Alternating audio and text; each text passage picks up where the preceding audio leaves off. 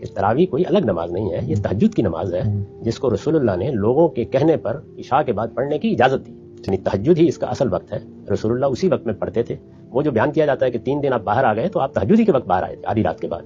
تو تہجد کی نماز ہے. لوگوں نے آپ سے پوچھا ہے کہ ہمارے لیے صبح کے وقت اٹھنا آسان نہیں ہوتا، اور اللہ تعالیٰ نے خود قرآن میں بیان کیا ہے کہ وہ لوگ جو محنت مزدوری کرتے ہیں، جن کو سفر پر جانا ہوتا ہے، جن پر کوئی ذمہ داریاں ہیں، وہ ضروری نہیں کہ اس وقت اٹھ سکیں تہجد کے وقت. سورہ مزمل میں وہ سب چیزیں گنوائی ہیں.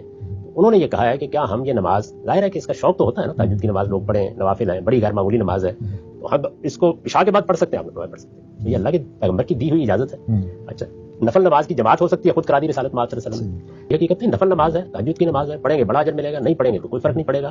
لیکن یہ کہ دونوں وقت اس کے لیے ہے. اصل وقت کون سا ہے؟ وہی کہ آپ سو کر اٹھیں، تہجد کا جو وقت ہے اس میں پڑھیں. رسول اللہ صلی اللہ علیہ وسلم کے زمانے میں بھی دونوں شکلیں جاری تھیں. لوگ اٹھ کے پڑھتے تھے تہجد کے وقت، جس کو قیام اللیل بھی کہا جاتا ہے. اور ایسا بھی ہوتا تھا کہ وہ عشاء کی نماز کے بعد مسجد میں پڑھنا شروع کر دیتے تھے، گھروں میں بھی جا کے پڑھتے تھے. عشاء کی نماز کے بعد اپنے سامنے امام بھی مقرر کر لیتے تھے، کیونکہ ہر آدمی کو تو قرآن یاد نہیں ہوتا، تو وہ عام طور پر قرآن مجید کی تلاوت کرتے تھے، لوگ پیچھے سن لیتے تھے. تو یہ سب کچھ رسول اللہ کے زمانے سے اسی طریقے سے جاری ہے. سیدنا عمر نے اس کے سوا کچھ نہیں کیا کہ انہوں نے کہا کہ بھائی مسجد میں مختلف اماموں کے پیچھے اگر تم یہ نماز پڑھو گے، وہ تلاوت کریں گے، تو یہ کیا مچھلی بازار بن جائے گا؟ ایک امام کے پیچھے پڑھ لیا تھا، اس کے سوا کچھ بھی نہیں کیا. بڑی معقول بات تھی. تو اس لیے یہ بات کہ یہ کوئی بدعت ہے، ایسا ہرگز نہیں. تہجد کی نماز ہے آپ کے لیے، اس کا اصل وقت وہ ہے کہ آپ اس وقت اٹھ کے پڑھیں.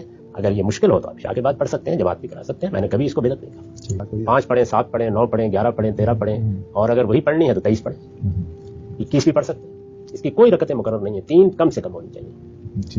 یہ وہی 3 رکعتیں ہیں جو آپ عشاء کے بعد وتر کے طور پر پڑھتے ہیں. ایک ہی نماز ہے.